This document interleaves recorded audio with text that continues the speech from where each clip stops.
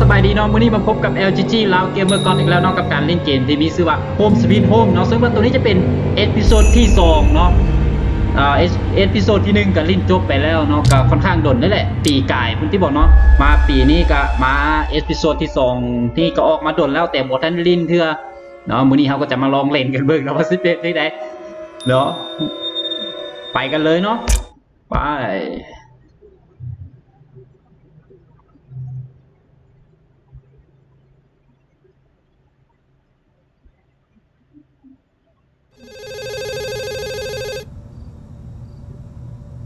ออกมากันมีโทรศัพท์เลยเนาะติมอ้าวเจนเหรอนี่ดิวนะติมออยู่หรือเปล่าอ่ะโทรเข้ามือถือมันก็ไม่รับเลยอ่ะเออเออดิวเหรอตัวนี้ติมก็ไม่อยู่ค่ะดิวโทรมาหาออกไปตั้งแต่เช้าอ่ะติมเนาะเห็นว่ามีงานด่วนต้องรีบไปเคลียร์เนาะบอกว่าเสร็จแล้วจะรีบกลับมาค่ะแต่ยังไม่เห็นโทรกลับมาเลยนะท่าทางคงยุ่งมากโอ้หอมเหน่งได้แต่นี่มันสขึ้นงกาน มาเป็ ร น นะ คัตซีนยังจะทำงานอยู่อีกเหรอโอ้ขึ้นมาเป็นคัตซีนเนาะเห็นนัดกันไปแล้วไม่ใช่เหรอว่าปีนี้จะไปเล่นสงกรานต์แต่เหน่งได้เนาะ ที่เชียงใหม่เหน่งได้โอเคเบิ่งเฮือนได้เนาะเมื่อคืนก็ช่วยกันแพ็คกระเป๋าแต่ทำไงได้ล่ะก็งานมันกระทันหันติมก็เลยต้องเลือกงานก่อนยิ่งเดี๋ยวนี้ตำแหน่งสูงขึ้นแล้วด้วยเห็นบอกว่าจะรีบเคลียร์นะคะแต่ว่าดูเวลาแล้วคงไม่ทันแล้วล่ะช่างมันเถอะว่าแต่ดิวมีอะไรหรือเปล่าเอ่อไม่ได้มีอะไรหรอกนึกว่าจะไปเชียงใหม่กันก็เลยโทรมากะจะฝากซื้อแคบหมูเฉยๆแต่แบบนี้มันหยุดยาวเจนก็ไม่ได้ไปไหนเลยสิไม่เป็นไรแล้วค่ะ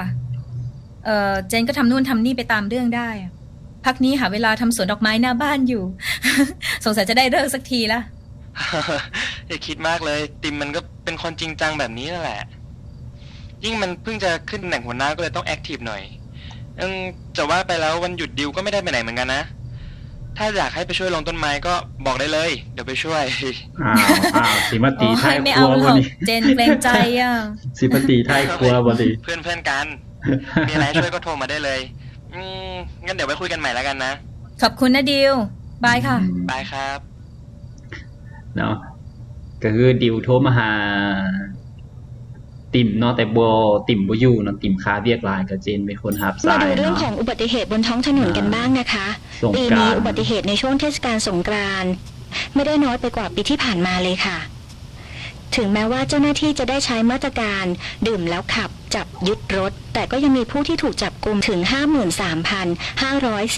53,542 รายในจำนวนนี้มีรถจักรยานยนต์มากที่สุดรองลงมาคือรถโดยสารสาธารณะและรถยนต์ส่วนบุคคลค่ะซึ่งพบการกระทำผิดดังกล่าวกว่า 37,000 ครั้ง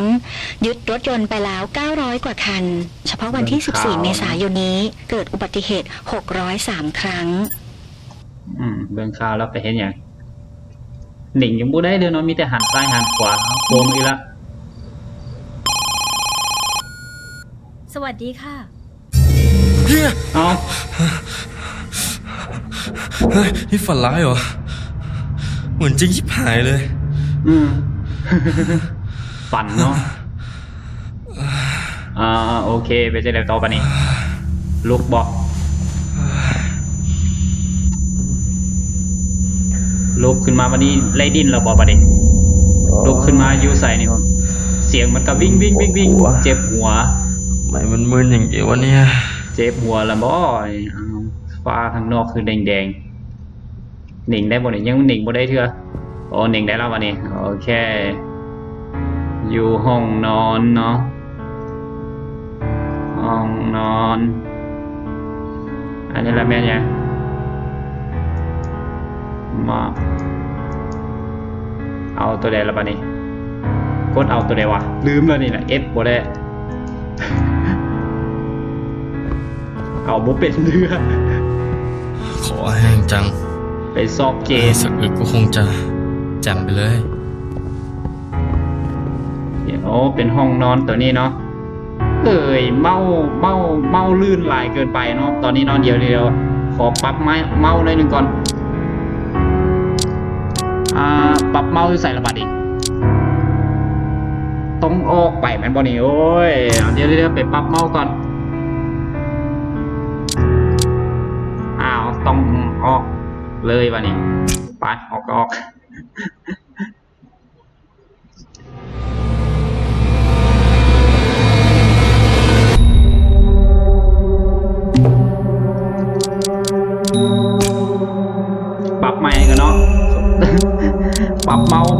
เมาตั้งค่าอยู่ใส่ระบาดนี้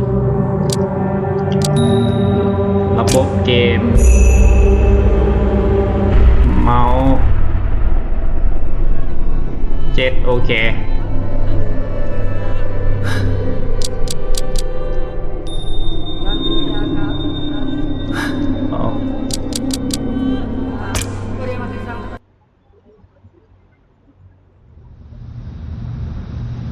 โอเคมาแล้ววันนี้โอเคได้แล้ววันนี้นะมาวันนี้ตัวนี้เอาได้บ่กด E เป็นแผนที่เนาะกด Q ออก ขอแห้งจังได้สักอึกก็คงจะแจ่มไปเลย โอเคอยากกินน้ำว่ะกินน้ำก๊อกบ่ก็เป็นเฮือนตัวที่เฮาเล่นอยู่พาร์ทที่แล้วเนาะตัวนี้เป็นเฮือนหลังเดียวกันเลยเป็นห้องนอนตัวเดียวกันเลยเนาะโอเคไปแก้วเหล้าอ๋อสิกินเหล้าอีกวะไม่เนี่ยวะเห็นแก้วเหล้าก็ตกใจกุมารทองนี่ มาฮอตเอพิโซดที่2แล้วก็บ่ได้เอาน้ำแดงมาให้เถื่อเด้อกินตัวเก้าไปก่อน เดี๋ยวเขามายอกนะโทรมาละใครโทรมาเนาะคือบทจื้อการควบคุมแล้วนี่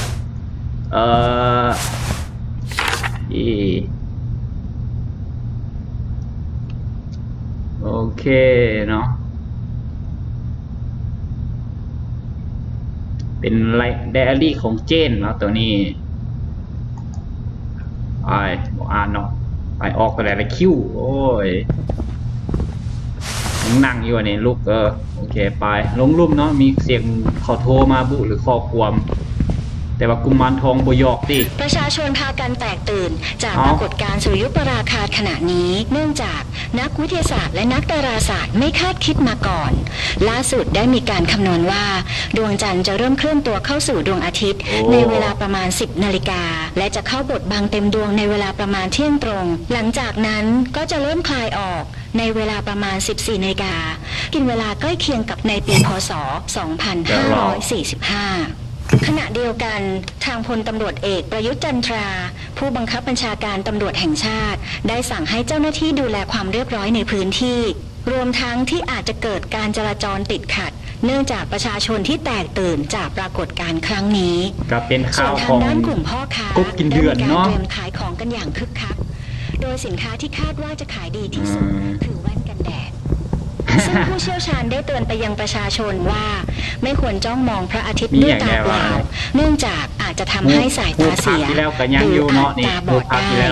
ให้ใช้แว่นผิวแผ่นกรองแสงแบบพิเศษสำหรับเฝ้าดูสุริยุปราคาโดยเฉพาะทางด้านสมาคมโหราศาสตร์แห่งประเทศไทยได้ออกมาเตือนไปยังผู้มีอำนาจว่าการเคลื่อนตัวของตำแหน่งดวงดาวในครั้งนี้อาจจะเป็นลางร้ายบ้านเมืองจะถึงคราววิกฤตโทรศัพท์มาละโทรศัพท์อยู่ใส่ฮัลโหล1 2 3ทำไมติดต่อไม่ได้เลยอ่ะมึงปิดมือถือวะ ก็โทรมาตั้งโต๊ะนี่เด็กมึงกันนะเว้ยกูเองก็เป็นห่วงเฮ้ยมึงก็เตือนให้มันน้อยลงหน่อยดิวะร่างกายมันจะไม่ไหวเอาโอ้ถ้ามึงมีอะไรอ่ะมึงโทรหากูได้ตลอดกูอยากให้มึงกลับมาเป็นเหมือนเดิมเร็วๆว่ะเหล้านี่เขาลองอยู่นะเหล้านี่เป็นเฮาเป็นคนกินแม่นบ่นี่ติดเหล้าเนาะตัวนี้เนาะซอกเมียบ่เห็นแล้วติดเหล้าแน่นอนเนาะเฮ้ยเห็นมือตัวเองก็ตกใจเลยมาโอ้เปิดประตูแล้วเห็นมือตัวเองตกใจห้องน้ำเข้ามาโปรทันมีอย่างให้เอาเถอะโอเคไปห้องนี้ได้มีอย่างไงไปใส่กับแก้วเหล้ากินแบบกินซากกินทรายขนาดเนาะนักเลงเหล้าขาวเนาะอันนี้เลยแม่นอย่างโอ้ถึกไล่ออกเนาะเป็นหนังสือที่ว่าถึกไล่ออกจากการเฮ็ดเวียกเนาะตัวนี้กินเหล้าหลายมันว่าเนี่ยกินเหล้าหลายแล้วถึกไล่ออกมันบ่เนี่ยนี่อยู่ใส่ก็มีแต่แก้วเหล้าสิกินอีกอยู่ อีก3 คืน 4 คืน 5 คืนเมาวันนี้นะพีมากับโบย่าละเมาก็ยังซัวดีก็บ่เอาเนาะเอาซัวเนาะอะไรแล้วแม่นอย่างนี้บทบันทึกประจำวันเป็นอย่างไรโอเคบ่อ่านก็ได้ไปเลยเนาะ ตัวนี้พวกนี้นี่โมเมนต์ตัวที่เขาเคยอ่านอยู่ตัวภาคที่แล้วพุ่นวะตัวเอพิโซดที่1พุ่นวะโมเมนต์ตัวนั่นวะตัวเดียวกันที่บนนี้อ๋อโอเคไปห้องไม้วันนี้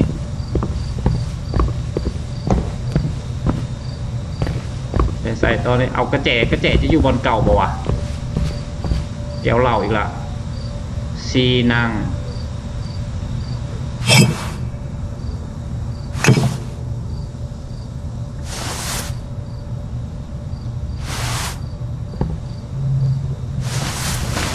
ซี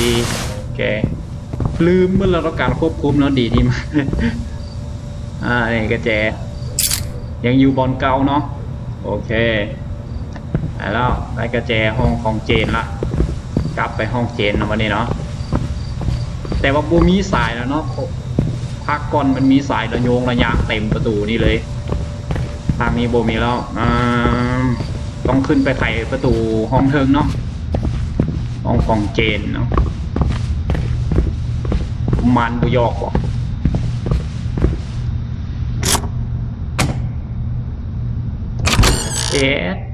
ตาเอบูมีผู้ใดมีหนังสือให้อ่าน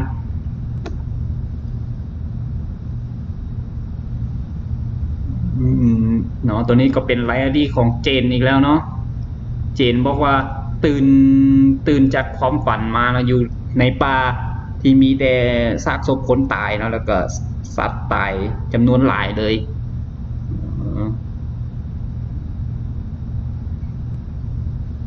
ทุกอย่างที่ว่าอยู่อ้อมตัวของเรานี่เฮ็ดให้เราปวดหากหลายแล้ววะและเหตุผลที่เราฝันนี่เป็นอย่างจึงฝันได้ซี่เนาะแล้วผู้ใดที่มาสวดอยู่ในหัวของเรานี่เราได้ยินเสียงสวดตลอดเลยมันเป็นอย่างของเราอะแล้วก็กินเหม็นกับกินเหม็นเน่ากับดินขี้ตมนี่มันแม่นอย่างนี้มันติดอยู่น้ำหูดังตลอดเลยเบิ่นว่าโอ้เนาะแล้วหน้าทางหลังเนาะหน้าทางหลังก็ก่อนที่ว่าเขาจะตื่นนี่เขาก็ไปเจออยู่เฮือนไหม้หลังนึงเนาะสิ่งที่จื้อได้ก็คือเห็นหุ่นไหม้แล้วก็ซากศพของผู้ชายที่ว่านุ่งเสื้อแต่ว่ามีหอยบาดอยู่หน้าท้องแล้วก็เครื่องในก็เครื่องในก็ออกมาอยู่เต็มทางนอกเลยคือกับว่ามีสัตว์ให้เข้าไปกัดเนาะแล้วเป็นอย่างเราต้องมาเจอแบบซี่เอาวะเป็นอย่างต้องเป็นเราที่ว่ามาเจออย่างซี่นี่ไปเห็ดอย่างกัน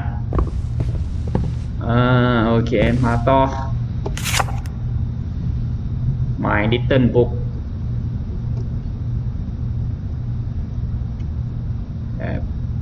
เป็นไลน์ดีของเจนอีกแล้วเนาะเปิดบ่ได้ปะเปิดบ่ได้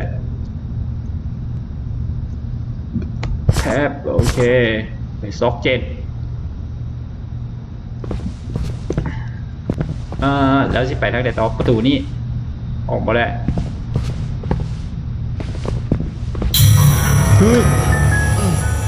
โอ้ยเป็นบ้าเลยวะเนี่ย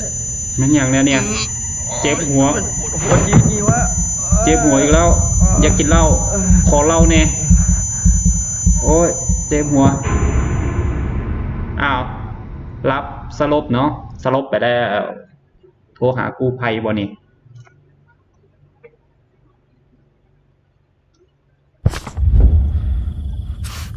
มาแล้วมาพร้อมกับเสียงI love you อะไรวะอยู่แสนี่เพื่อนว่าเป็นป่าเนาะเป็นต้นไม้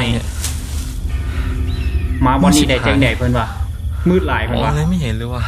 เบิ่งหยังก็บ่เห็น คล้ายๆกับในไดอารี่ของเจนเลย คือกับที่เจนเว้าเลยเพิ่นว่า ที่นี่มาที่ไหนวะเนี่ย มืดเทวะ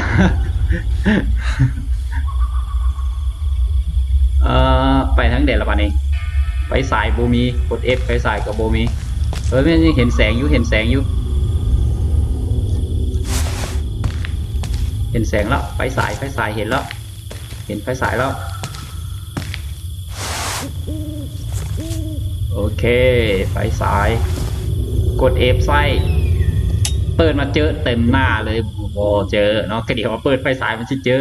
หน้าต่อหน้ากันเลย โอเคอยู่ป่าเนาะมีเสียงนกเขาขันน้ำไปทางนี้วะ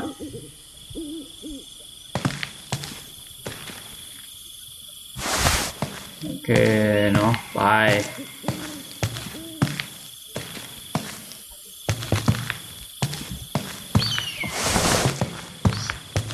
มืดหลายเนาะโบได้ปรับแสงขึ้นอีกกว่านี้ ทางเด็ดวะเนี่ยทางนี้วะโอ้ทางนี้มันทางเขาเกิดเมื่อกี้นี่แมนบอลนี่ ทางเขาเกิดเราต้องไปทางนี้โอเคไปทางหาตัว F โอเคลึกถูกไหมไปทางนี้โอเคไปทางนี้มืดหลายใช่ปะหรือว่าปรับแสงขึ้นหน่อยโพดวะมืดลายดิโตยังงูว่ะต้มส้มกินอะไรเว้ย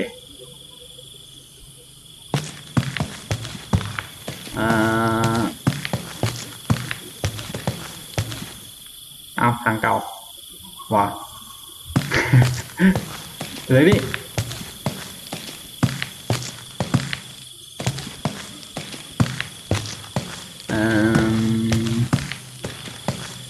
อันนี้ไม่ยัง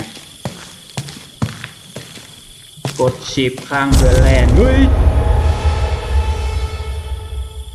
กับลังอ่านอยู่ว่ามันกดอย่างให้แลนทนะมาฮอดแล้วแลนโซเลยเว้ยจวดมาเดียว สถานีวิทยุกระจายเสียงท้องถิ่นอำเภอแก่งคอยจังหวัดสระบุรี รายงานข่าวประจำวันที่ 4 กันยายน 2502 ความคืบหน้าล่าสุดของสถานการณ์ที่ชุมชนบ้านตาดขณะนี้ สายสีแด ชาว ง บ้าน มาอี ยั ก ง แล้ว คงพบเหตุการณ์ประหลาดเป็นจำนวนมาก ชาวบ้านรายหนึ่งกล่าวว่า ทุกคืนจะได้ยินเสียงสะท้อนดังทั้งคืน เมื่อตื่นเช้ามาจะพบว่าสัตว์ได้ตายเป็นจำนวนมากโดยไม่ทราบสาเหตุ และยังพบคราบสิ่งปฏิกูลและเลือดตดๆบนผ้าที่ชาวบ้านได้ตากทิ้งไว้ในตอนกลางคืนทั้งยังพบแสงไฟประหลาดลอยไปมาทำให้ชาวบ้านต่างพากันขวัญผวาไม่กล้าออกจากบ้านในยามค่ำคืนและพากันระดมเอากิ่งพุทรามากั้นเป็นแนวรั้วใต้ถุนบ้าน เจอผีก็ เพราะ ซื้ เชื่ อ อ แบ ว่า บ จะ บอก สามารถป้องกันภัยจากสิ่ง นี่ ลี้ลับ สัตว์ตายนี่เนวะ นี้ได้เจ้าหน้าที่ยังคงเร่งค้นหาสาเหตุที่แท้จริงอย่างต่อเนื่องพร้อมยังพยายามเข้าไปพบปะพูดคุยเพื่อให้ชาวบ้านเกิดความสบายใจ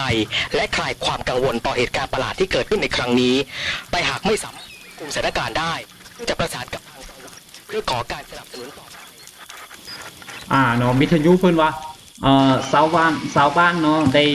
เจอสัตว์ที่ว่ามากินสัตว์เลี้ยงของพวกเขาเนาะยินเสียงดังแล้วก็สัตว์เลี้ยงตื่นเช้ามาสัตว์เลี้ยงตายหมดเลยเนาะแล้วก็เสื้อที่ตากไปกับเปื้อนเนาะบ่ฮู้ว่าเกิดจากหยังเนาะน่าจะแม่น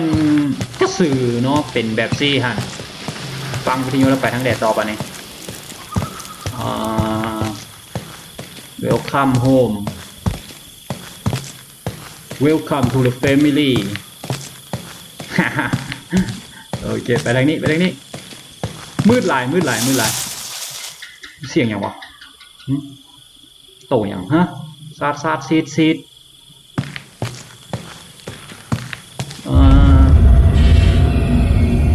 มันอย่าง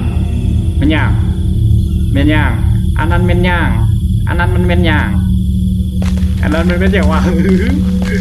โคมลอยเนาะโคมลอยหายห่วงเนาะโอเคแม่นอย่างอันนั้นเดือนปะคือน้อยแท้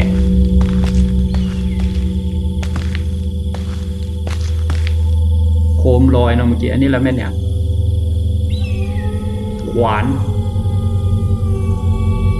เอ้ยมาหอนที่อย่างว่า แล้วขวานนี่ก็อยู่สูงเท่าหาแนวมาปีนว่ะเดี๋ยวเรียกซอกตังปีนก่อนโอ้ยหอนที่ยังเลือดเต็มเลยเลือดเต็มพื้นแถวนี้มีอย่างมีการต่อสู้กันเกิดขึ้นแม่นบอเสียวสัด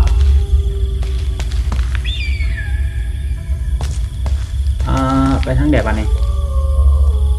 น้ำแสงเมื่อกี้วะนี่แสงอยู่หัน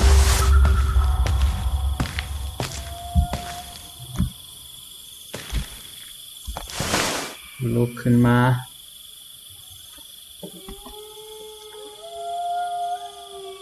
หมานี่ก็คือว่าฮอนเสียวดีแท้ว่าบรรยากาศเริ่มเกมวันนี้ต้องบอกเลยว่าเสียวหลายก่อนภาคที่ 1เลย เสียวหลายดินั่งไปแต่ว่าขวานเมื่อกี้นี่ยังเอาบ่ได้นะต้องหาแนวไปปีนเอาก่อนเนาะน่าจะเป็นขั้นใดก่อนขั้นใดอยู่นี่วะเดี๋ยวอันนี้เราเป็นอย่างขัววะขัวฮักเนาะไปบ่ได้ขัวฮักแต่ทั้งไม้เอาไม้นี่ไปจุกกับบ่ได้วะเอาไม้ไปจุกเอาขวานนี่อันนี้เราเป็นอย่าง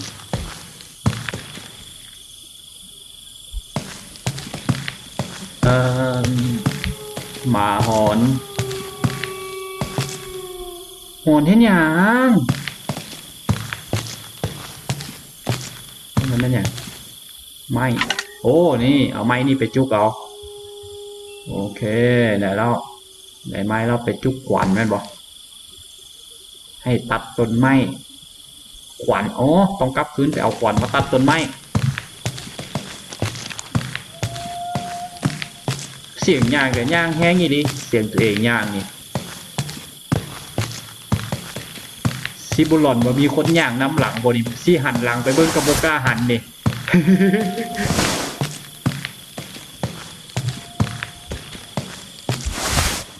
ขวานเมื่อกี้อยู่ใส่วะโอเคลุกขึ้นมาแล้วขวานอยู่ใส่วะ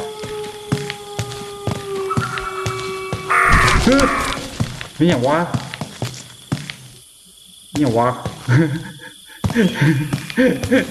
โอ้ยบรรยากาศเป็นเสียวอีหลีได้จะแล้วแต่เอาขวานไปไว้สูงแท้ขวานไปตัดต้นไม้โอเคเอาไว้ไปเฮ็ดอาวุธบ่ได้ปะจับขวานได้บ่นี่คีย์ไอเทมขวานดีเลือกไส้บ่ได้ไส้บ่ได้เนาะเสียดายจับปาดแม่งเห็นผู้ใดเนี่ยจับฟันบ่ย่างเลยแถวนี้ตัวนกมันต้องปิ่นดุแค่ว่า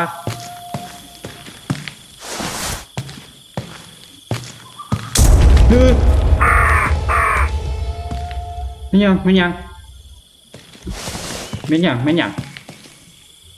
ตุกาทิมยังมาเนี่ยโอ้ไม่ยังแล้วเนี่ยตุกไก่ตายกูได้ทิมไก่ตายมานี่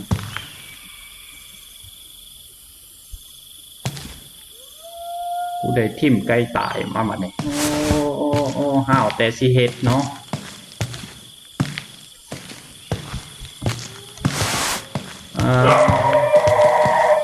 เอามาฮอนไม่ตัวจริง ไม่อย่างในเกมก็ฮอนในตัวจริงก็ฮอนนี่ตายกู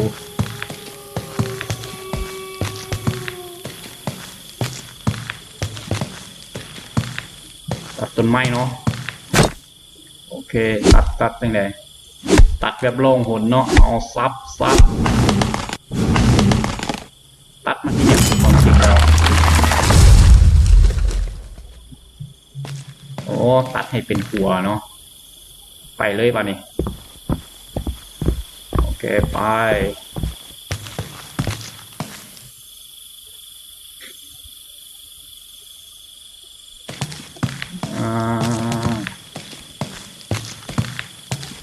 แม่นอย่างละบัดนี้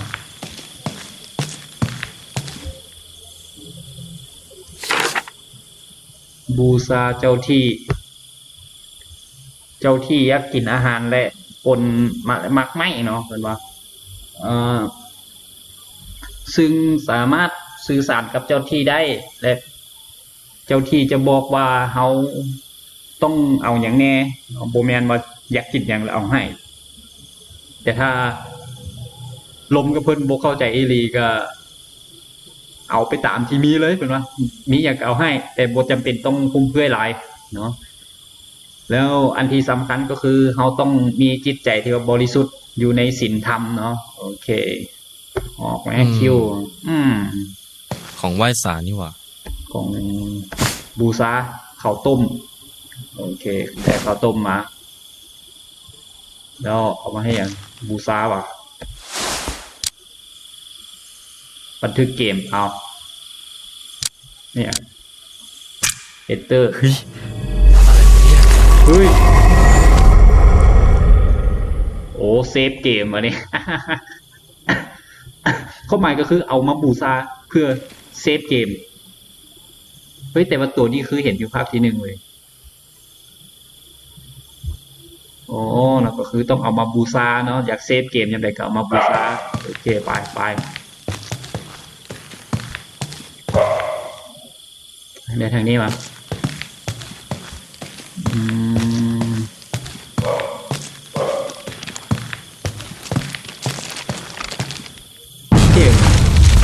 เฮ้ยบททันได้เพิ่งเดี่ยวหลังอยู่เมื่อกี้แล้วอย่างมึงหินกิ้งลงมานี่วะกำลังเดี่ยวหลังอยู่ว่าไม่อย่างน้ำหลังวะ มึงหินกิ้งตัดหน้าเนาะดีได้โบถือหัวแค่แต่ได้ไปอยู่น้ำสารแทน่ะยังไงอ๋อข้ามมาฮอนบอลขัวหักนี่แล้วเนาะโอเคไปนี่ต่อสนะไปทางนี้เลือดไหลได้วะเกิดการสู้กันขึ้นแมนบอดี้ขวานยังมีอยู่วะเอาขวานฟันรถได้นี่เป็นอย่างซี่คือแนวซีมิอย่างออกมานี่แหละ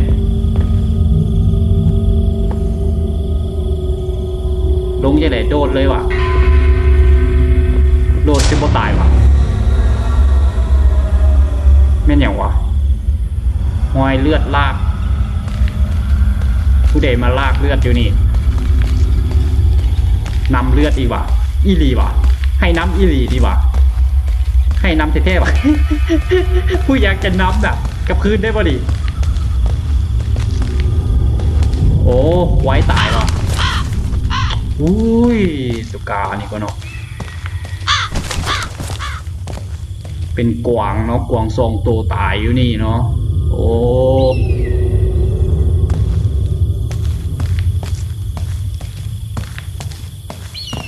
ไปทั้งแดดต่อละปันเอง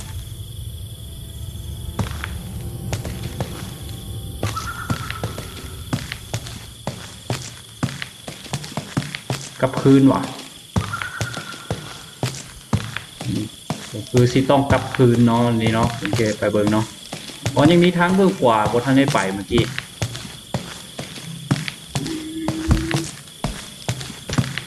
ในเกมพีนี่ก็ไฟสายรู้สึกว่าหุ่งควายแล้วก็มืดบนนี่บอลฮอนโดดลงมาว่ะเฮ้ยโอ๊ยคืออย่างวะอะไรวะเนี่ยนี่อย่างวะโอ้นี่อย่างเหลืองติดเต็มหน้าเลยนี่นะเฮ้ยเจ้าไหนบ้านี่เลือดเมิดว่ะ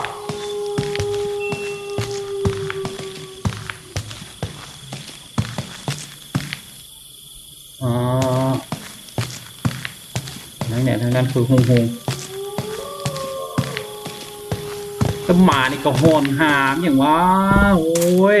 หอนหาซีแตกอย่างวะย่างยังขี้ตุ่มมาชอบแช่ผู้เด็ดมาดังไฟผิงอยู่นี่ไปต่อน้องพอสนใจไปต่อเฮ้ย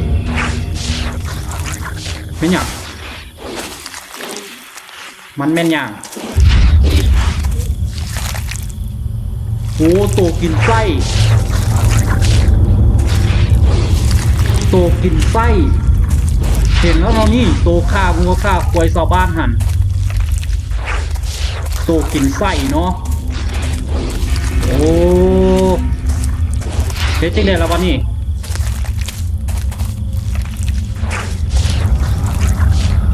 ไปทางไหนไปทางนี้สิบ่เจอมันหว่า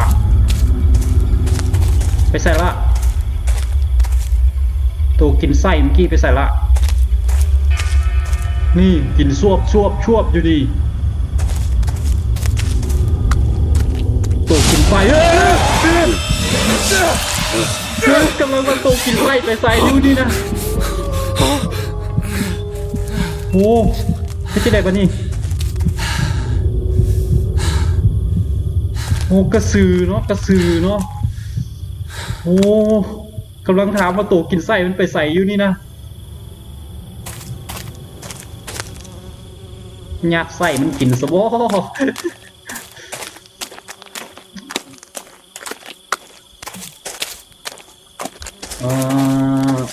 ไปใส่ต่อปะนี่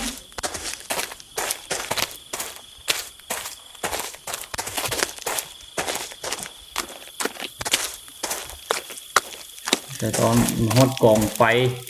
เก่าอ่ะกองไฟต่อมิดว่ะโมเมนกองไฟแล้ว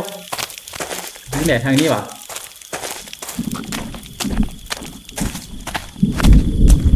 ฟ้าห้องว่ะฝนสิตกในกระดีมาล้างหน้าให้นี่หน้าเดือดแล้วนี่น่ะลงนี่อีกว่ะน้ำเนาะโอเคฝนตกแล้วโอ้ยล้างหน้าล้างบ่ออกอีกไปทางไหนซ้ายหรือขวาให้ซ้ายดีขวาให้ซ้ายดีไปขวา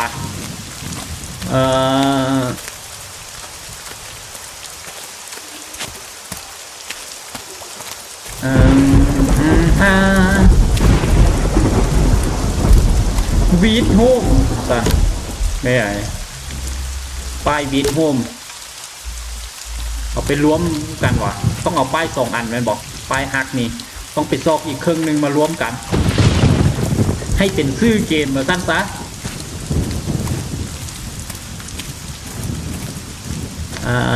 โอเคไปทางนี้วันนี้นะ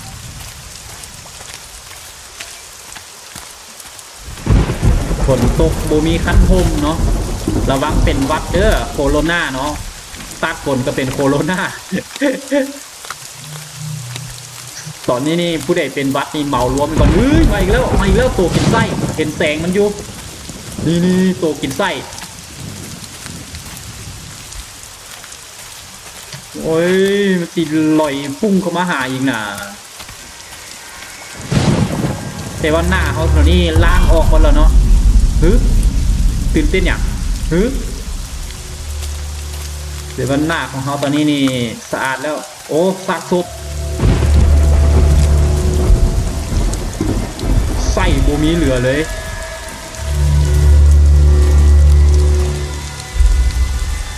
โอ้ซากศพผู้ใด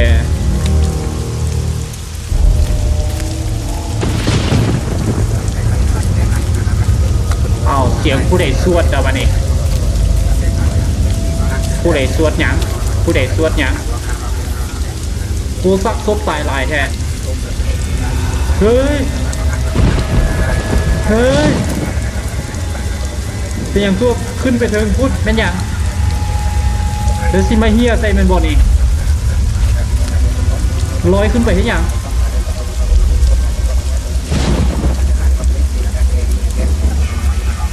ร้อยขึ้นไปหาใครอ้าวอันนี้ก็100 บาทอ้าว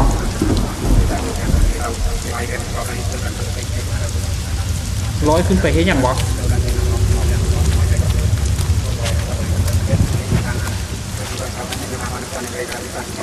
ไปทางเด็ดต่อไปนี้นะ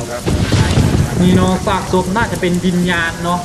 มีคนสูดเอาวิญญาณขึ้นไปเทิงบุเนาะผมว่าเอาขึ้นไปเห็นอย่างนี่คนตายเต็มเลยโอ้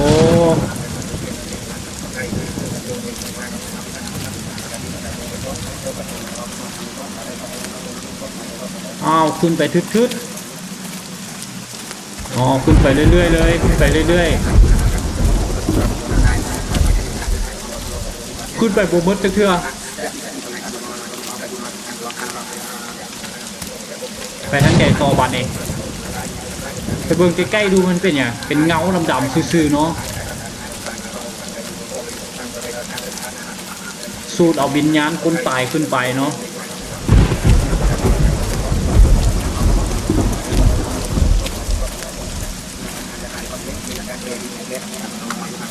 แล้วไปทั้งใหญ่ต่อระบาดเอง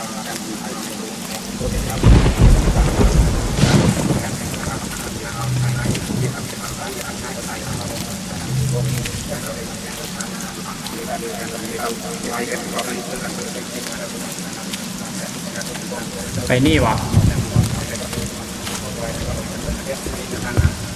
ไต่ต้นไม้นี่จะไปฮอดไต่แล้วเนี่ย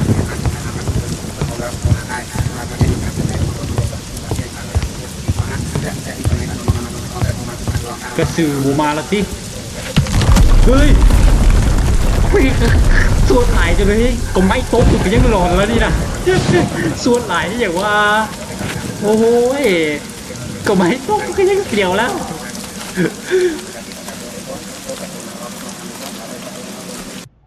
เอาผ่านด่านแล้วว่ะ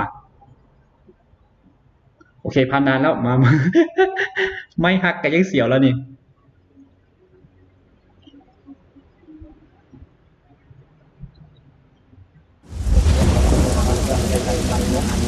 โอเคมาต่อมานี่มาต่อเนาะมานี่มาต่อเปิด F ไฟสายโอ้ขึ้นหลายแท้สู้เอาคนตายขึ้นหลายแท้ทางพี่ก็มีเอาแล้วมันคือตายมันใส่เพื่อตายลายแท้เขาเฮ็ดอย่างกระสือกินว่ะนี่อันนี้หางกระลอยเลยอย่าตกลงมาเด็กตกมาดิมี ตกมานี่มีตกใหญ่ๆมาดึงเลยนี่น่ะนี่ขึ้นไปเรื่อยๆมีแสงไฟอยู่ทั้งหน้าต้องไปหาแสงไฟนี่อยู่ใส่วะนี่ลอยขึ้นไปเรื่อยๆแสงไฟเต่าอย่างนี้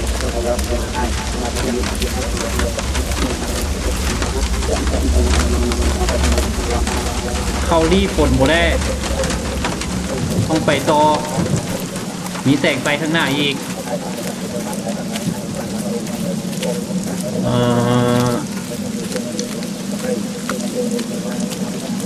ไปทั้งแดดละบาดนี้มีซองไก่โอ้ซองไก่ที่กระสือมากินตัวตรงนี้แหละนี่ไก่ตายไปเลยนี่เนาะซุปไก่นี่ตายมาแล้วไก่บนเรือจะโตเลยเดี๋ยวจังเลยยิ่งกระสือกันออกมาอีกเลยนี่นะเบิ้งงัวก่อนมีงัววะนั่นควายกระต่ายเรียบร้อยคุณตาลากใส่เต็มมืดไปต่อเดี๋ยวจะเจออีกกระสืออีกแหละฮอดเทือนแล้วว่ะเทือนมีกระสือว่ะ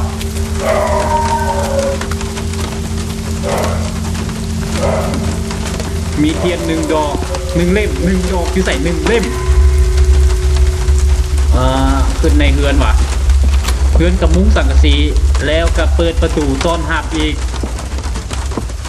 โอ้สิเข้าดีเพราะว่าเข้าไปในที่โอ่งมีน้ำเปิดเข้าไปจ้าเอมีแต่เลือดจ้าเอ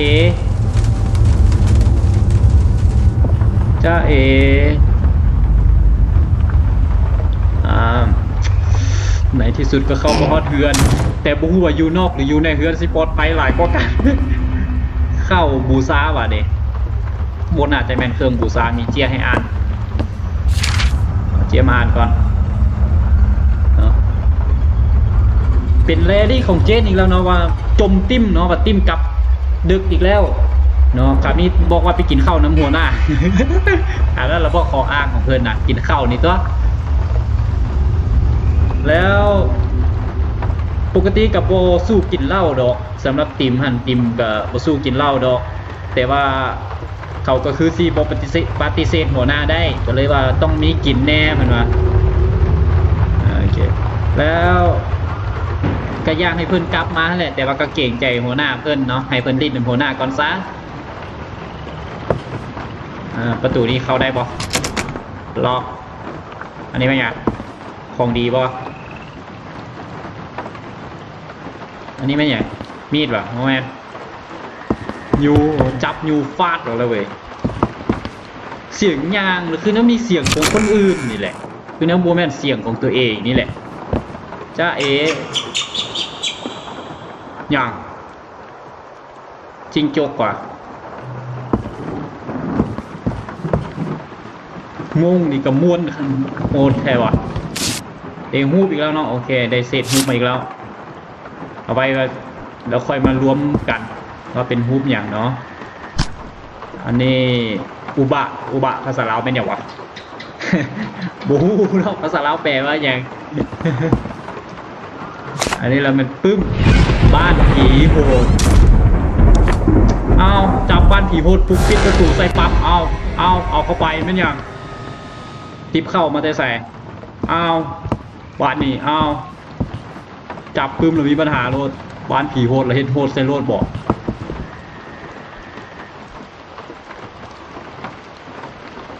อ๋อ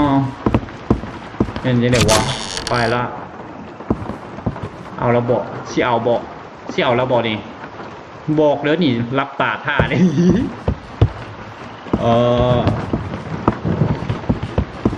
ยูฮูบเนี่ยโบอันนี้ก็ฮูบเป็นฮูบพระเนาะฮูบพระลายๆอยู่ใส่บุประตูนั่นเข้าแล้วประตูนี้มีเสือกมัดอยู่อันนี้ไม่อย่าง เอกแล้วเอาเอกแล้วสอนกี่ทีไม่รู้จักจำมือเป็นตะคริวหรือยังไงถึงได้เกรงแบบนั้นใช้ไม่ได้แกเนี่ยเกิดเป็นหลานฉันเชื่อเปล่าไม่ได้ฉันไปเลยสักอย่างไม่เอานะดูอย่างน้องแกสิ ฟอนโบเป็นเนาะ ดูร่าง สาวคู พี่ ปิด เขาดู ให้ สิ ให้เลยฟอนโบเป็นสาวคูให้เนาะดีสวยมากเอา คนหนึ่งเก่ง ยแข คนหนึ่ง ขึ้ อ่ ก อ นิ น ด เสีย แบบนั้นแหละทีอีหนูย่ออีกหน่อยย่ออีกหน่อย เห็นไหม ย่อ ดูน้องแกเป็นตัวอ ใส่ ย่าง ย่อ นา เนาะ คตไกลแน่ๆลูกเอ้ย เองอย่าลืมย่านะได้ดีแล้วเอาย่าไปอยู่ด้วยนะลูกเอ้ย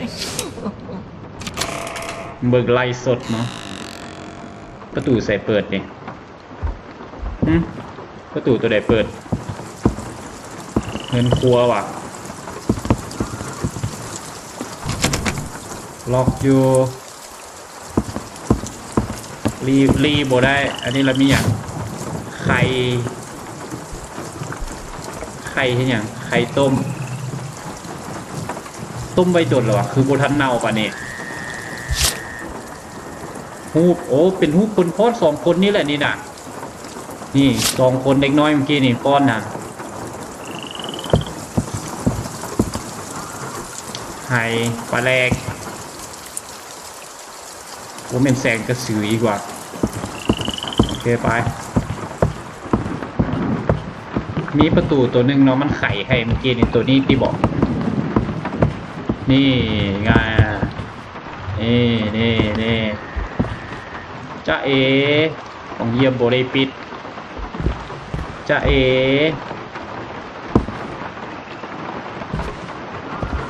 อ๋อเป็นบูซาตัวนี้เป็นวอนวาร์ปคือพัดแล้วบอกซอกสิ้นส่วนหูบที่โบเห็นโอ้นี่มีอยู่ เอาฮูตัวนี้มาแปะใส่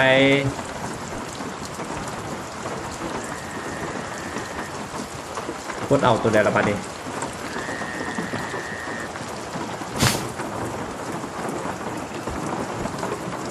ต้องไปซอกอีกเป็นบอกเดี๋ยวนี้หากไปมีแต่2นี่ต้องไปซอกมาอีกแม่นบอกนี่เห็นอยู่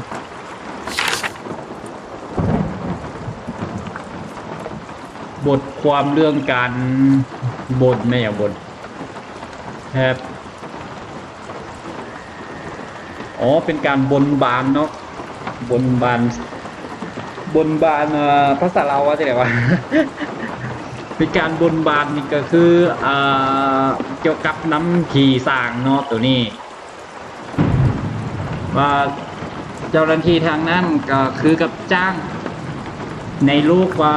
ผู้จ้างกับผู้รับตกลงกันก่อนว่าจะเฮ็ดหยังและจะเอาหยังให้เนาะโอเคแล้วการบนน้ำวิญญาณนี่หรือสิ่งศักดิ์สิทธิ์นี่ก็บ่ได้ต่างกันเนาะขอแต่จุดธูปแล้วก็เทียนแล้วก็ลงมือขอเลยแล้วก็บอกว่าจะเอาหยังให้ถ้าสำเร็จแล้วเมื่อ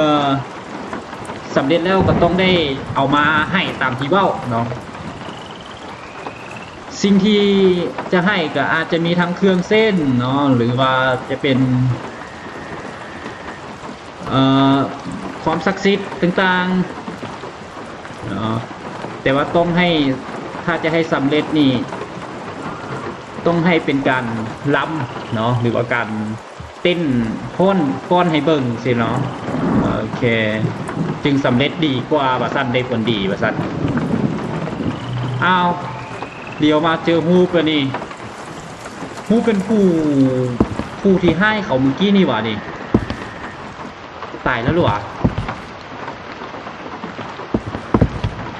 อีกฮูปหนึ่งอยู่นี่คือเก็บฮูปโอเคบทเจอที่บอกได้ครบแล้ววะ3 ใบพอบอก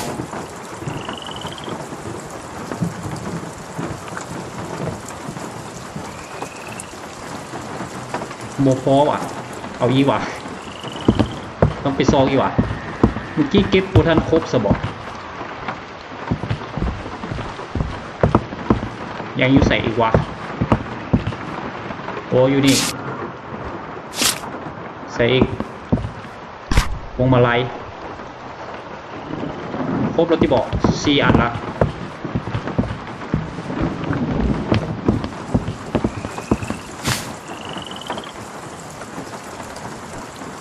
หมุนแม็กตัวเดียว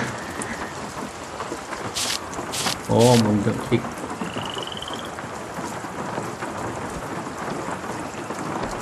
ที่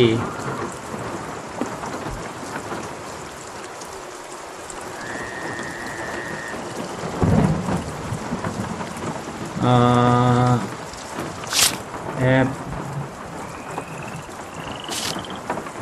ตัวนี้อยู่นี่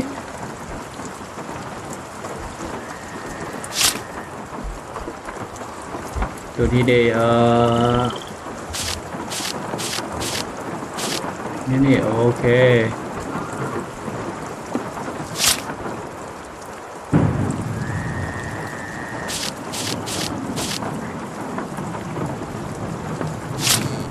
โอเค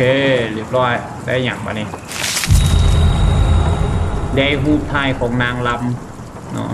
เป็นนักฟอดเนาะเราไปใส่ต่อไปนี่เอาปิดประตูเฮ็ดอย่างใครบอกปิดใครบอกปิดวาร์ปอยู่นี่วะเฮ้ยปิดประตูอย่างนี้เราโปกล้าไปเปิดนะโอ้ยสิปิดให้อย่างวะ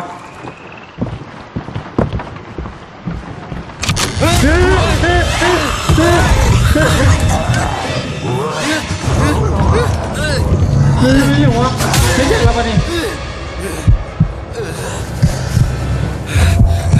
ตายยังวะ โอ้อ้าวโอ้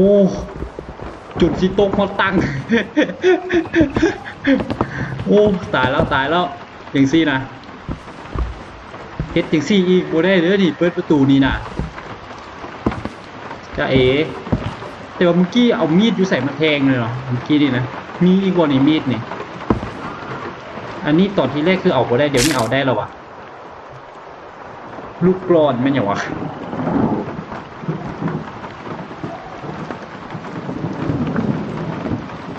เป็นยาบำรุงโลหิตยาบำรุงเลือด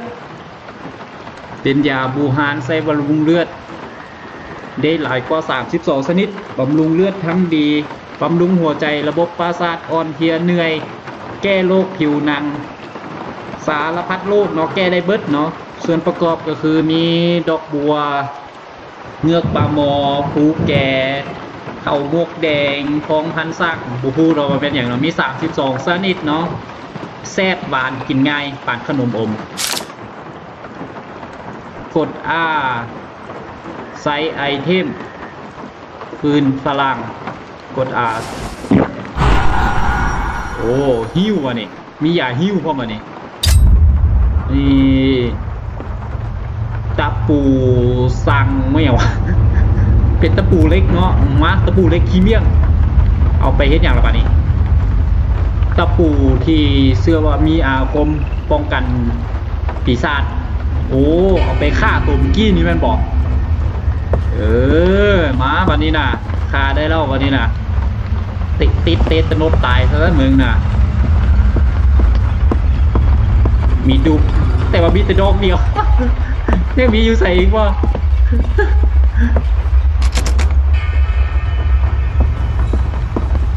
มีแต่ดอกเดียวเว้ยออกใส่นี่ตัวนี้ก็ยังล็อกอยู่ได้ใส่ต่อป่ะนี่ออกจากเฮือนว่ะ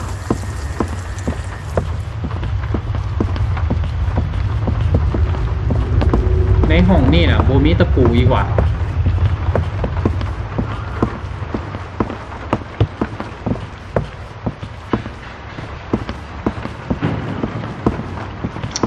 ไปใส่วันนี้ออกเก้ากลับว่ะก็โบให้ออกอ๋อมันจะให้ไปใส่ต่อวันนี้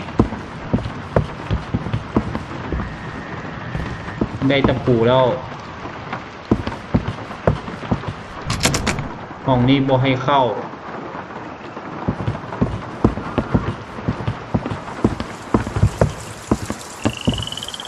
ที่เห็นแสงแดงๆนั่นว่าแล้วนะเห็นแสงแดงๆแล้วเอาแล้วนะ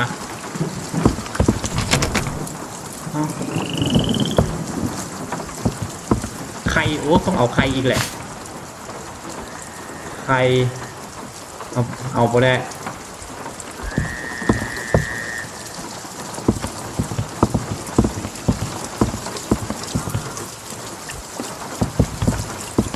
ให้เห็นอย่างวะขับเทียมซอกกระแจว่ะต้องซอกกระแจมาไขประตูนี่แหละหรือว่าก็ต้องตัดสายนี่แต่ว่าห้อยลากเลือดมันเข้ามาในห้องนี้ไว้ต้องเข้าไปห้องนี้แหละอ้าวหรือว่าเลือดนี่ก็มีแต่โดดแล้ววะโดดแล้วซอกกระแจก่อนกระแจกระแจกระแจกระแจกระแจ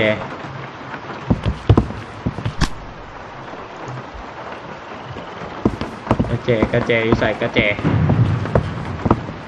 ดอกน้ำตุกีตายเมื่อกี้ว่ะ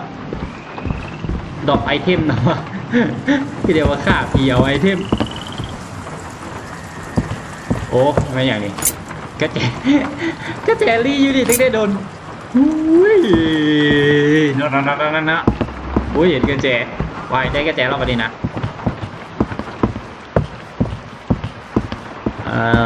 ได้กระแจเราไปทั้งเดดต่อบัดนี้เข้าไปแล้วได้อย่าโดดออกมาแบบเมื่อกี้อีกแต่จ้าผมบอโดดแต่บันลี่อยู่กดคิวใส่เล็กตะปู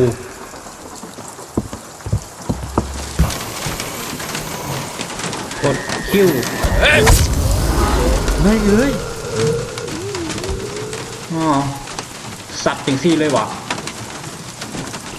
สัตว์เล็กตะปูเข้าไปใส่อย่างซี่เลยวะ ปากตัดผมเป้าด้วยคือใส่สบายฝนยังบนฟันเตาโตกอยู่เนาะแต่ว่าก็ตะปูกระเบิดเราจอดสัตว์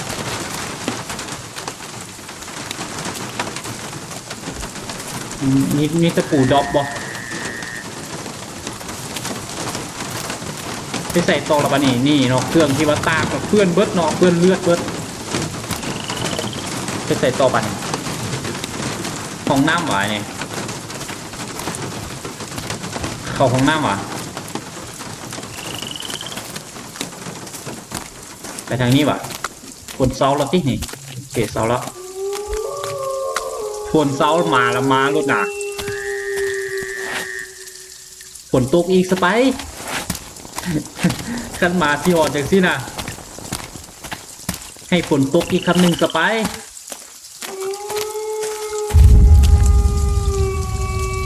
เสียงคือมีผีนี่แหละเสียงคือมีผีซีมานี่แหละ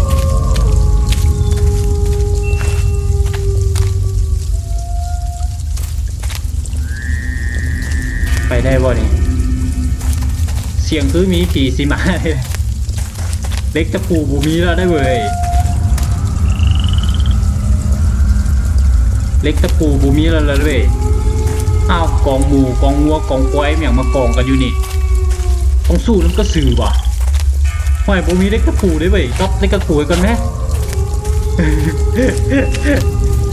สู้บอสว่ะมีการสู้บอสนะว่ะหอยดอกเล็กตะปูกันไหมนำมนอยู่พาดที่แล้วก็บ่ได้เอามานี่จ้าเอก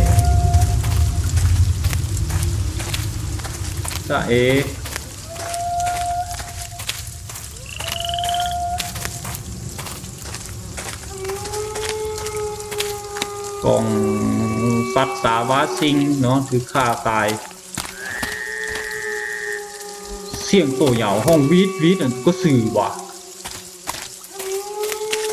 มาบุกตัวนี่ยังมึงกระดัดกระดอกเอ้าอยู่หันฝนบ่ตกมานี่ตกละ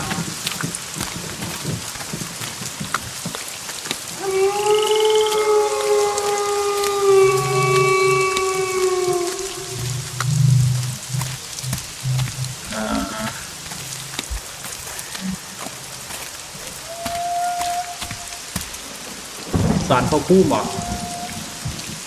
ให้บูชาอีกว่ะบอให้นาง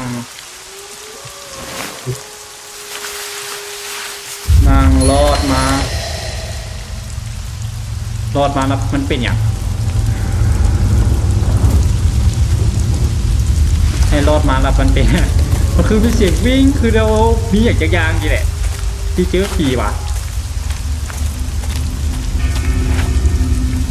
ไปทั้งเด็ดละบาทเองย่างไปซื้อๆอีกสิวะเสี่ยวเว้ยต้นไม้นี่กับโบแมนมีคนแฝงคออยู่วะ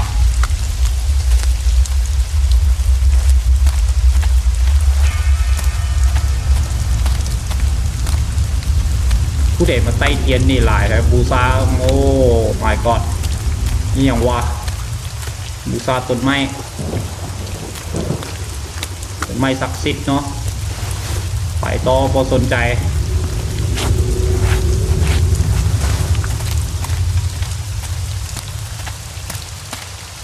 สารพระภูมิเก่าเนาะแตกหักเต็มเลย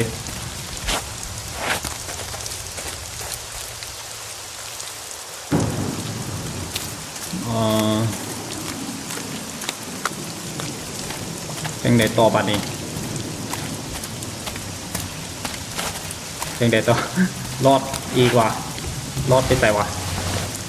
รอดกดซีอีโอเครอดหรอยังพอได้รอดเถื่อโอเครอดวันนี้เอ้าฮะเดี๋ยวอ้าวตอนเก่าอ่ะเมื่อกี้ตอนเบิร์ยูหันคือโบเป็นอย่างซี่นะไม่อย่างวะ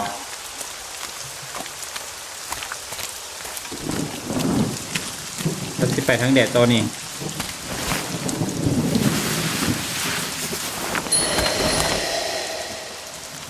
อ้าวคันรถนี่ละหายตัวว่ะ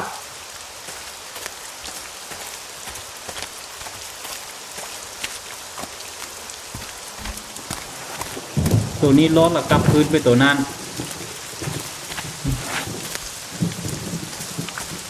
ไปทางนี้พอได้ให้เฮ็ดอย่างละบาดนี้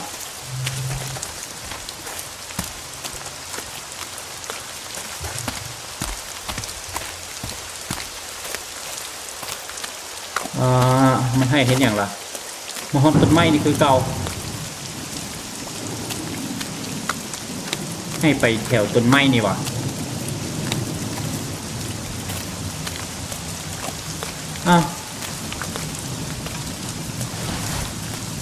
มานี่ขึ้นมานี่แล้วไปทางใดบอนนี่ก็มีให้รอด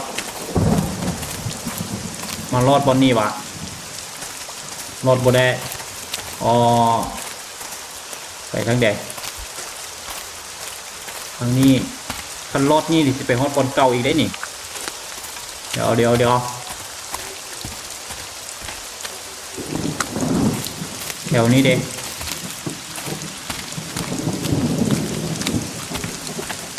บอนนั่นเด้ไปบอนหันเด้ได้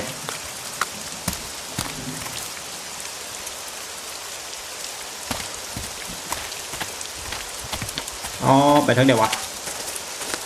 เปลี่ยนจากความวังเวงมาเป็นความมึนงง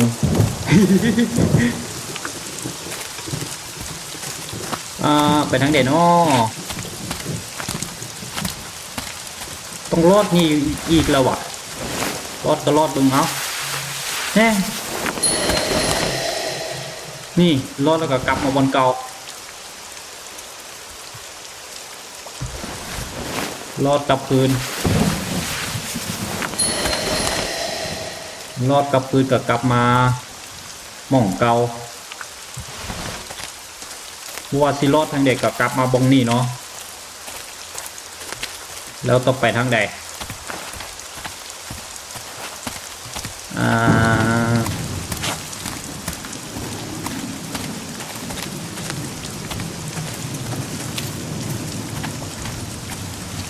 เข้าไปไหนหันได้บ่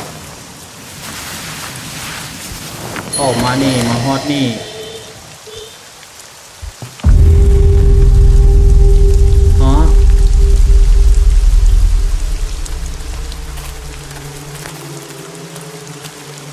นี่อย่างละให้บนบานก็คือให้บนบานบ่ได้เถื่อเสียงคือผีนางรำสิมา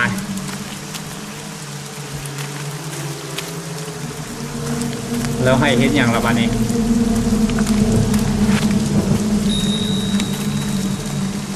ไปทางนี้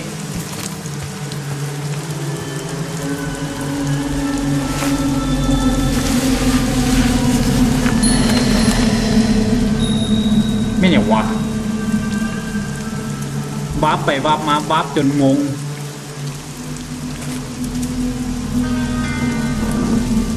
ไปอีกว่าวาร์ปมาฮอดใส่นี่ไม่ขีดมีไม่ขีดนี่แสดงว่าต้องไปซอกเทียนแม่นบ่เทียนอยู่ใส่เทียนต้องไปซอกเทียนจุดไปซอกเทียนเนาะตอนนี้ต้องไปซอกเทียนวาร์ปโปรแมนบนนั้น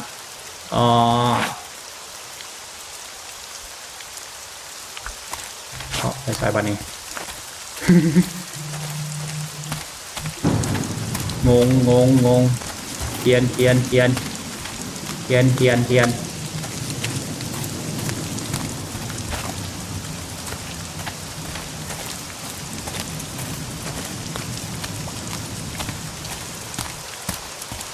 ้องซอกเทียนไปนี่เด็ก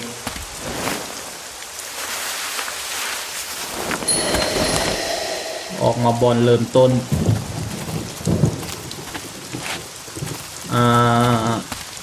เทียนอยู่นี่หว่ามีแต่เฮ็ดไปนี่ออกบอลเริ่มต้นติหรือว่าเมื่อกี้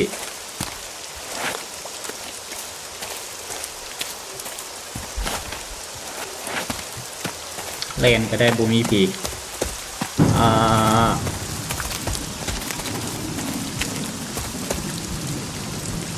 อานี่ดิโอ้เข้าตัวนี้ละฮอตนี่ได้หยอบูมีเทียนก็ได้วะบ่ได้ต้องมีเทียนก่อนแถวนี้ก็บูมีเทียนเฮียวะอันนี้เลยแมนบอกโมแมนโอ้ยต้องไปซอกเทียนอยู่ใส่วะนี่เทียนอยู่นี่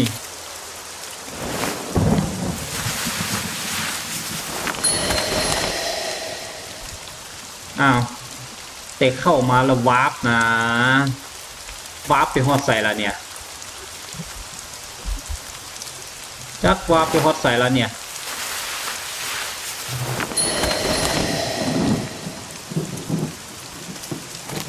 มีบอลวาร์ปต่อบ่นี่บอลเอาไม่ขีดซื่อๆนะนี่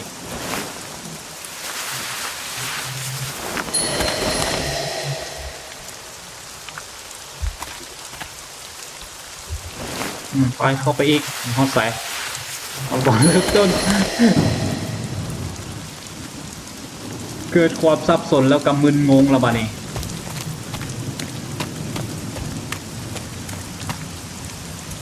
เข้าตัวนี้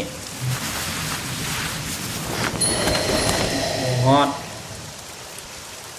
ออกแต่ออกบอลเริ่มต้น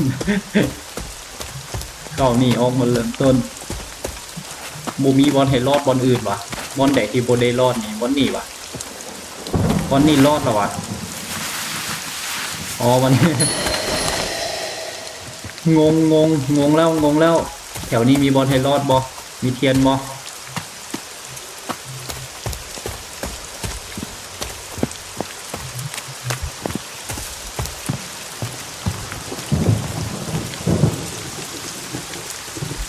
เทียนตัวนี้นึกไปเอาที่ไหนวะไม่เคลียร์เอาบอ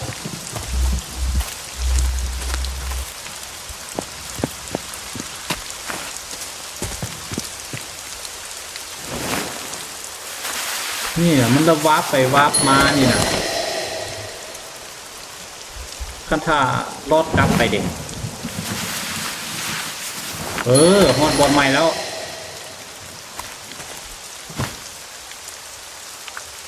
แม่นอย่างวันนี้ผ้า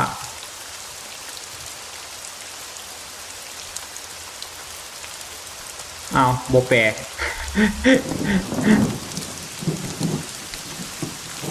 เป็นพระบ้าน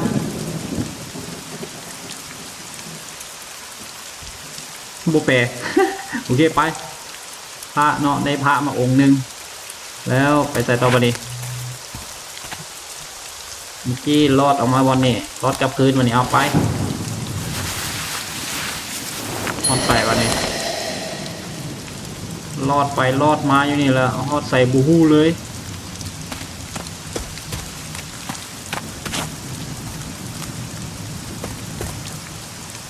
ไปรอดตัวนี้บ่ได้วะ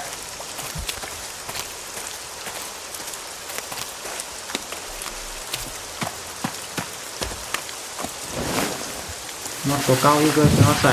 นอดบอลเริ่มต้น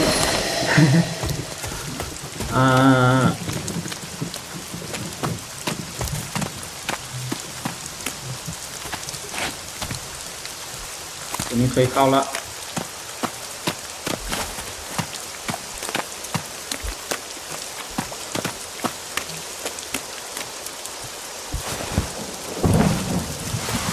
มาที่แล้วมีบอลให้รอดบ่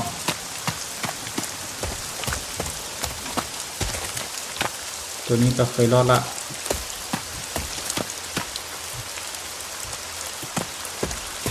บอลแดงอีกวันดิต้องเข้าบนนั่นเนาะ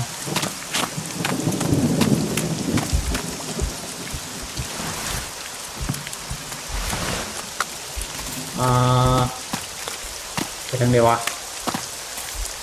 ทางนี้เด็กมีอย่างเนี้ย งอยู่นี่โดดเติบไปได้นี่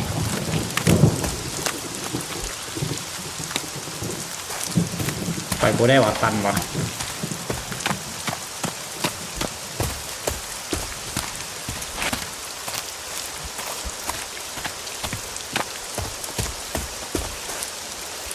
รอดนี่ดิมาก่อนเริ่มต้นเริ่มต้นหลายเทื่อได้ดีน่ะไปทางใดวะเอาเทียนอยู่ใส่วะนี่กับโบแมนตี้นี่มานี่ซื้อๆนะนี่แต่ยังโบได้คือเก้าโบทันมีเทียนนะต้องซอกเทียนให้เห็นก่อน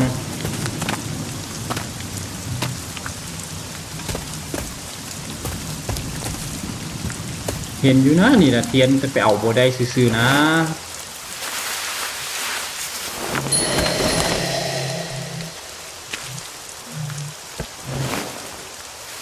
รอดกลับมาในกาฮอดบนนี่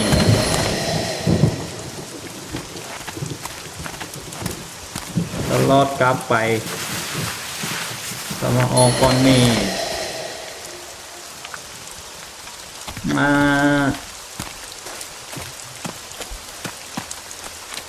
มีบอลเด็กให้รอดอีกบอลหนึ่งวะ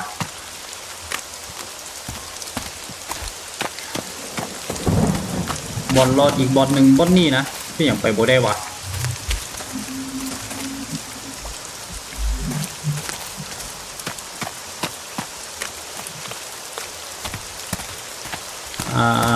บอลรอดอีกบอลหนึ่งอยู่ใส่อยู่ใส่วะเริ่มมึนงงกับบอลรอดนี่แล้วเนาะยังมีรอดอยู่ใส่ รอดบอลนี่วะบอลนี่กับโบแมนนะเคยรอดแล้วนะดิ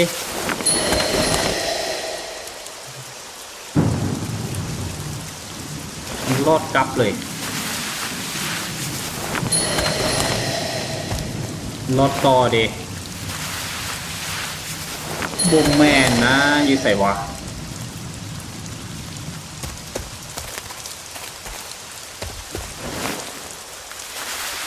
ออกไปนี่ก็ออกก็ได้ไอเทมเครื่องตะปูไฟสายใส่ละพระเมื่อกี้นี่เอาพระโอ้ได้เอามาซะหมด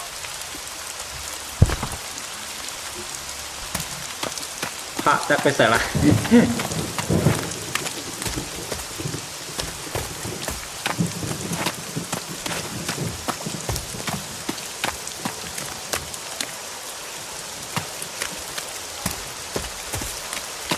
เข้านี่ก็บ่ได้นะเข้านี่แล้วออกมาบอลเก่านี่เนาะกลับคืนบอลเก่าดีออกมาบอลเก่าเอาแล้ววันนี้เนาะซอกทางไปบ่ได้แล้ววันนี้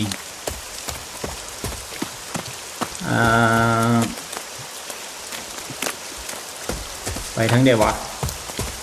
ต้องซอกเทียนเนาะตอนนี้ต้องไปซอกเทียนให้เห็นก่อนเนาะเพราะว่านี่ไปออกอยู่ศาลใหญ่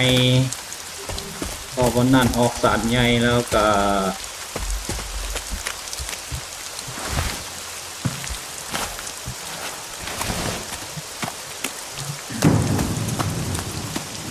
พอวันนั้นออกศาลใหญ่ไปก็วันนั้นมาออกวันนี้แล้วเมื่อกี้นี่แล้วไปทางใดละบัด มอนี่บ่ได้วันนี้ออกไปบอลเดิมต้นต้องไปเอาเทียนเนาะเทียนเก่าอยู่ใส่วะ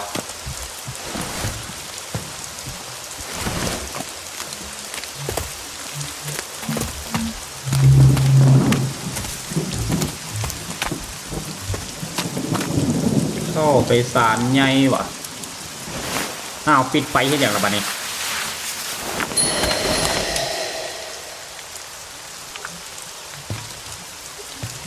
นี่นะเทียนอยู่หันหนาเฮ็ดจะได้เอาวะมีประตูวาร์ปอีกบ่มีเสือกให้รอดวาร์ปบ่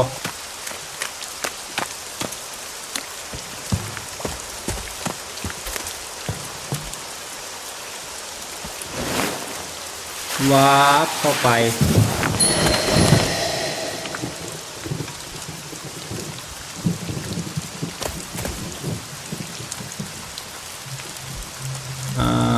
วาร์ปไปแล้วก็บ่มีอย่าง วาร์ป2 เทื่อ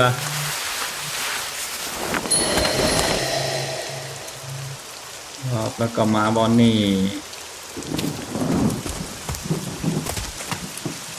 บ่มีบอลไฟก็วาร์ปกลับออกไป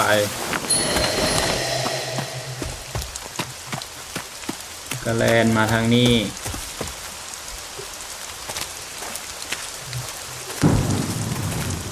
แล้วก็บ่มีทางไป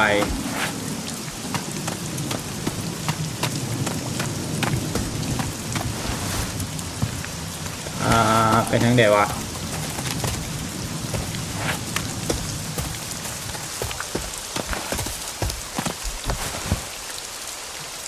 เข้านี่อีกว่ะเข้ามั่วๆแล้วได้นี่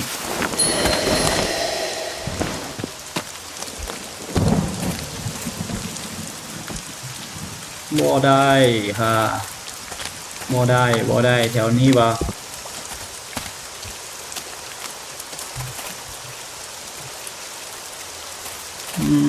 ไปทางเดียววะนี่นะอยากไปเอาอยู่นี่นะ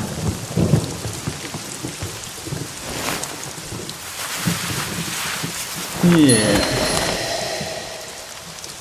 กับพื้นกับ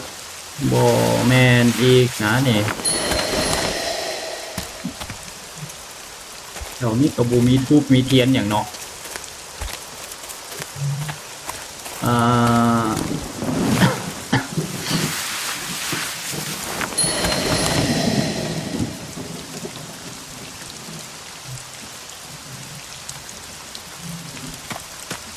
มีบอลอื่นให้รอดหรอวะ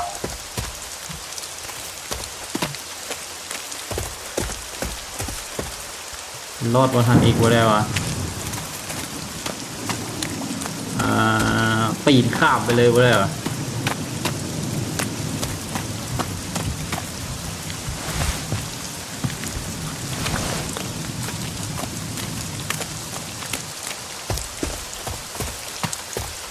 ตัวนี้เนาะน่าจะต้องรอดจากตัวนี้นะไม่แท้นะเด้เอาทุกเทือกกูรอดคือไปซอดบอลเลิกไม่เลยโอ้ยโง่เองแต่โดนเฮ้ยกลับออกไปซอดออกมาใส่ละบานี่อันนี้ไม่ยังยาเพิ่มเลือดต้องเกิดการต่อสู้กันแม่นบอนี่รอต่อไปมาใส่ละเนี่ยโอเคเห็นหูทางแล้ววันนี้นะ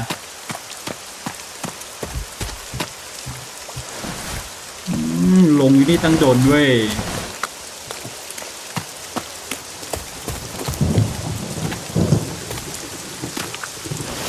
โอเคไปวันนี้นะ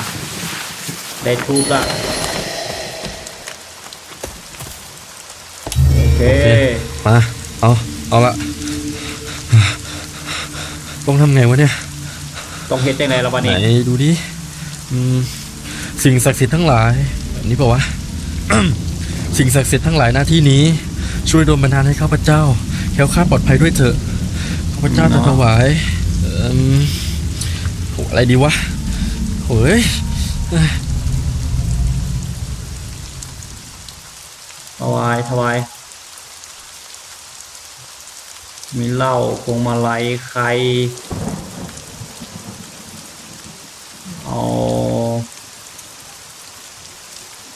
เหล้าเฮ้ย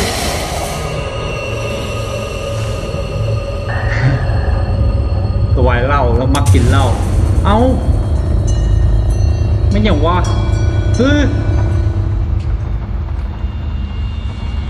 เอานี่ซากโซปีก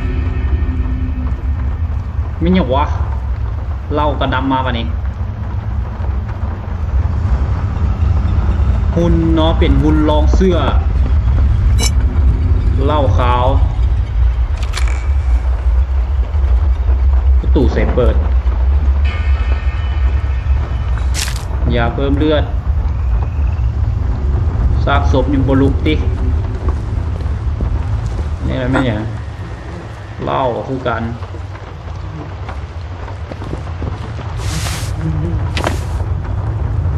หุ่นกระบอกเป็นหุ่นไหมเนาะต้องออกประตูแล้วแมนบอนี่อุ้ยเสี่ยวมันโดดมาใส่อีกนะเว้ยเฮ้ย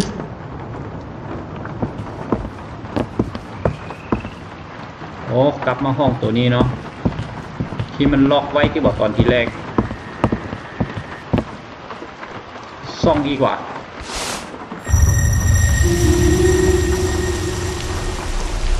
เป็นอะไรน่ะ เอาเด็กน้อยสองคนทันอีกแล้วเนาะ ทำไมแขนหักแบบนี้ล่ะ เห็นหุ่นแขนหัก มันตกลงมาแล้วแขนหักเอง โอ้เดี๋ยวพี่จะลองซ่อมดูก่อนนะ ครับเสียงอะไรกันนะครับนั่นเองนี่มันนักของหัวของพ่อเองใครทำพังกันเลยนะครับ ไม่ใช่หนูนะ พี่เขาเป็นคนเอามาเล่น ไม่ใช่นะคะย่าหนูไม่ได้ท ยังจะแก้ตัวหุ่นหัวสำคัญของพ่อเองทำพังกัน เนาะ ำเปล่าทำนะคะย่า ตัวการ์ตูนน้องทรายเพิ่นเฮ็ด นั่น เจเนาะแล้วเพิ่นสิมา โยนความผิด สิมาแปลงให้นะคือ ใส่แบบนี้ใช้ได้ คือไอ้โยนความคิดให้ซ้ำเนาะตีเอาเลย เอาเป็นการเล่าเรื่องออกมาเรื่องใหญ่ต่อไปนี้ห้องตอนนั้นก็เข้าแล้วห้องตัวเสื้อผ้าเอาเนาะเข้าห้องนี้อีกว่ะเข้าบ่ได้ละเห็นยังไงกลับออกไปอีกว่ะนี่บ่ได้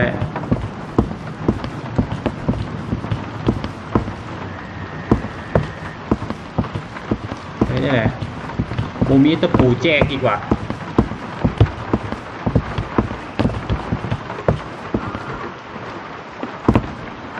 ตัวหุ่นนี่ก็เสียวนะอันนี้ก็บุลุกแล้วที่บอก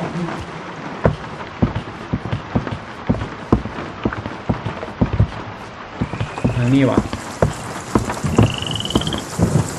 อ๋อทางนี้เนาะกลับพื้นไปอีกว่ะเนี่ยไม่หยาบบทันเบิ้งเมื่อกี้เป็นหยาบ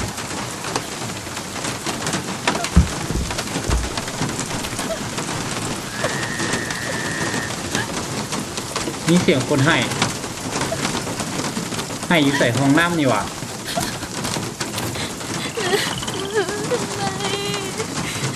ไม่มีใครเชื่อ กูเชื่อแล้ว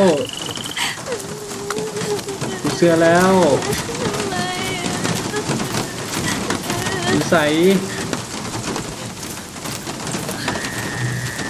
กูเล่นละ ฮักกูเล่นละ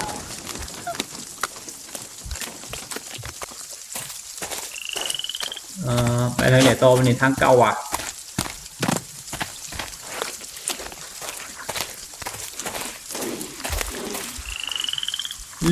นี่แสงของตัวกินไฟมันเฮ็ดอีกแล้วนี่เฮ็ดได้แล้วเนี่ยค้านไปว่ะบ่ให้มันเห็นสิว่ะ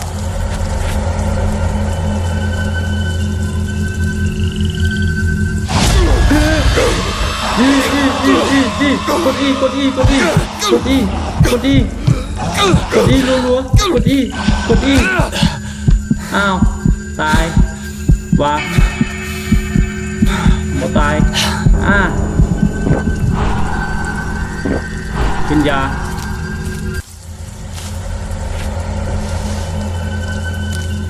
เมื่อกี้มันจะให้รีอยู่ใส่แล้วเนี่ย โอ้รีอยู่นี่ความจริงน่ะโอ้ยแม่งปีกระสือดิแม่งโคตรโหด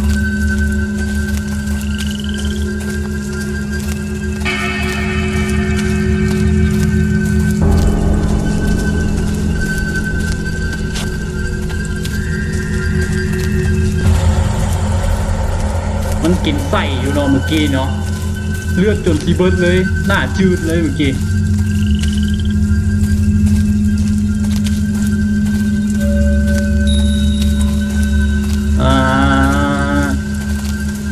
โบมาอีกบอกที่กระสือนี่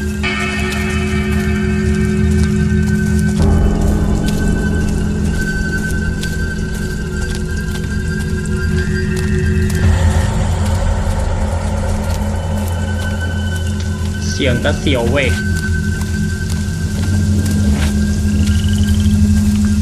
ไปทางแดดต่อวะ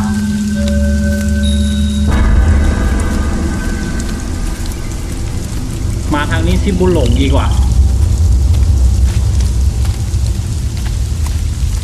หมูให้ไผเห็นมันอยู่ใส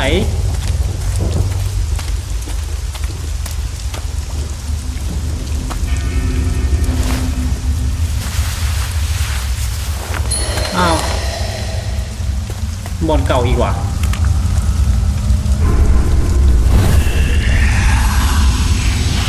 โอ้เมื่อกี้ไปเอาเหล้าขาวมาสิว่ะ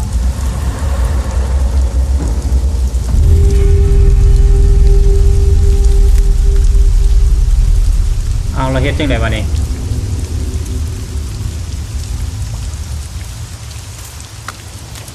กลับออกไปวะ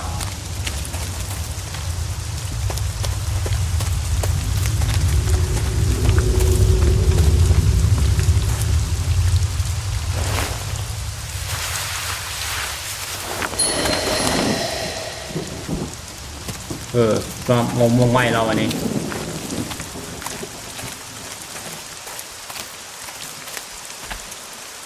โอ้สารเซต